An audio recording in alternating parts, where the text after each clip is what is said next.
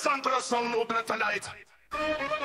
Muni-muni ang sa isang kwebang mundo. Ang titig ng kweba ay parang titig ng malaking alas. Sa gitna ng daanan ng kweba, muni-muni akong nakaupo sa isang bato.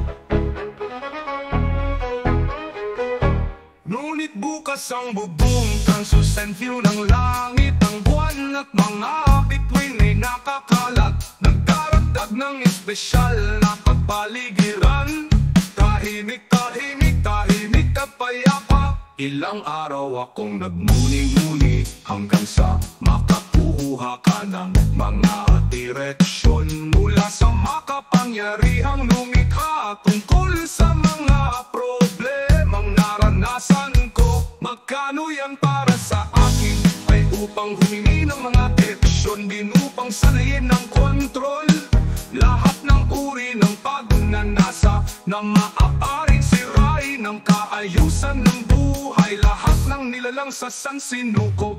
Ang pagmumuni-muni ay kapareho ng pag-aayuno. Huwag gawin ang mga bagay na iyon na talagang ninanais, dahil kung hindi mo makontrol, maaring makapinsala sa lahat ng partido. Kaya kailangan natin ng meditation, umupo ng tahimik at tumutok. Kontrolin ang paghinga ng tiyan, diaphragmatic na paghinga at paghinga sa dibdib. Pagkatapos namin master paano magnilay habang tahimik na nakaupo, ipagpatuloy ang pagsasanay sa ascending mula sa aktibong kondisyon.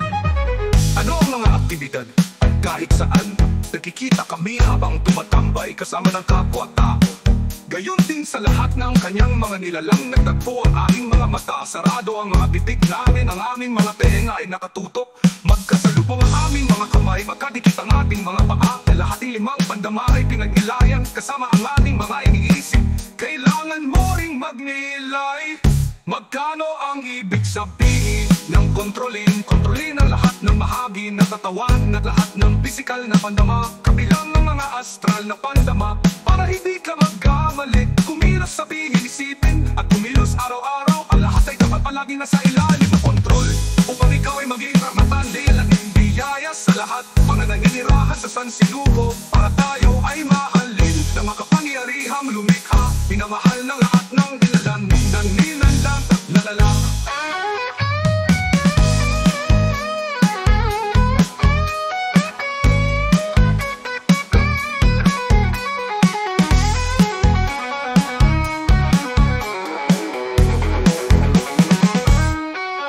Magkano yan kanuni ay kapareho ng pag-aayuno.